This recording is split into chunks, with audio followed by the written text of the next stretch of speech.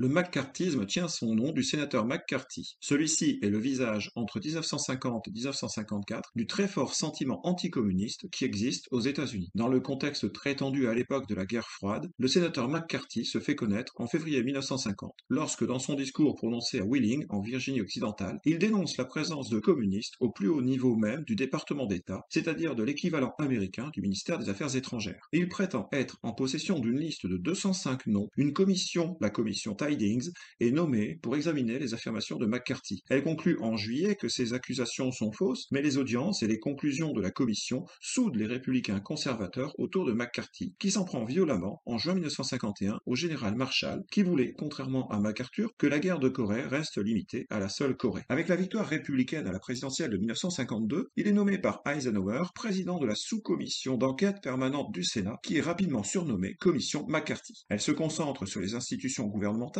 et dispose de moyens importants. La commission s'appuie sur des dénonciations et cherche à débusquer les agents du communisme dans l'administration, puis dans les laboratoires et aussi à Hollywood. Les faits, souvent amplifiés ou déformés, témoignent du climat de paranoïa qui règne à l'époque. Souvent, le simple fait d'être suspecté ou cité à comparaître devant la commission suffisait à perdre son emploi. La commission agit sur la base des lois concernant la haute trahison et refuser de comparaître ou mentir est considéré comme un délit. McCarthy ne respecte pas toujours les règles de fonctionnement d'une commission. En particulier, il signe seul les convocations, les envoie au dernier moment, ce qui rend difficile la préparation d'une défense solide. Des sessions, normalement à huis clos, se tiennent en présence de journalistes. McCarthy obtient même en juillet 1953 de choisir ou de révoquer seul les membres de l'équipe administrative de la commission, ce qui provoque la démission des membres démocrates de cette commission. Progressivement, McCarthy et sa commission sont critiqués. Ainsi, Albert Einstein affirme que le maccarthisme lui-même représente un danger bien plus grand pour la démocratie que les quelques communistes qui peuvent se trouver sur le territoire américain. En 1954, Staline est mort depuis un an. La guerre de Corée est terminée, et si la détente n'est pas encore à l'ordre du jour, les Américains ont pris l'habitude de vivre dans un environnement dangereux. Peut-être aussi que la conspiration communiste mondiale apparaît de moins en moins réelle. En s'en prenant à l'armée en 1954,